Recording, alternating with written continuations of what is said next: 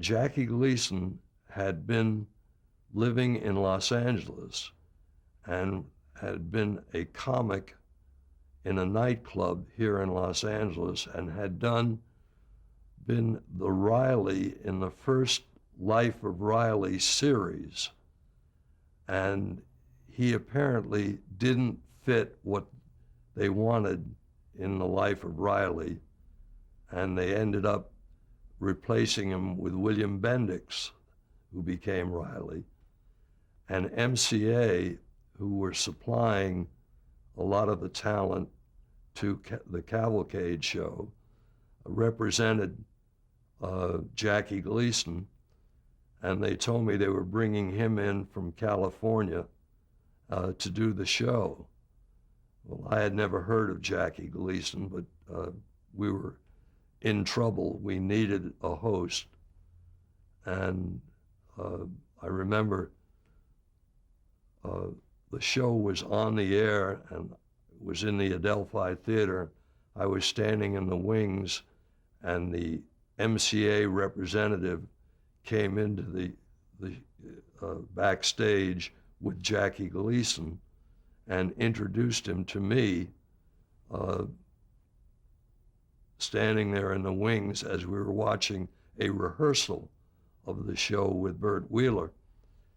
And Gleason at that point was a young, slim, good-looking, sort of map of Ireland face guy, very well-groomed.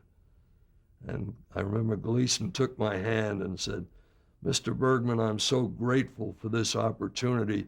I'm going to make this the best variety show on television." I said, "Well, good luck, Jackie. I sure hope you succeed." And he was going to start the following week.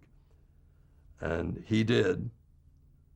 And the scene now changes to about his third show.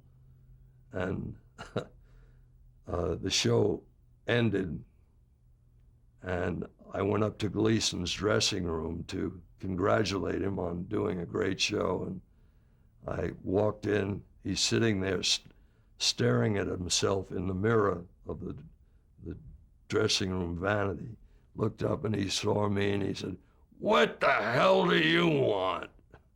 And that was my introduction to the real Jackie Gleason.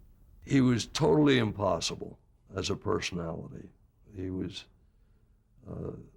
very, very strange, very arrogant. He certainly was very talented, extremely so, and he played all those different characters on the show, Joe the bartender and the poor soul, and all these, the honeymooners was created on Cavalcade of Stars. He played all these characters. He created the characters, and they were just great. Even to this day, the honeymooners, as a syndicated half hour, is still running.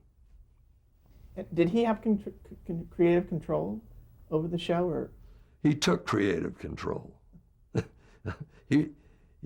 As he succeeded, he became the boss, and his word was the last word.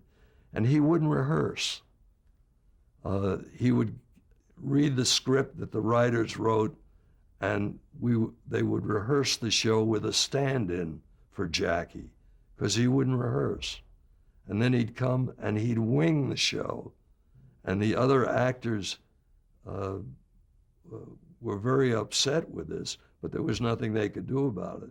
Even Art Carney was the victim of this winging that Jackie would do. Now, did you get complaints, or? From the other? Yeah. Well, I wasn't producing the show. The show had a producer by the name of Milton Douglas, and he had his hands full of that type of complaint.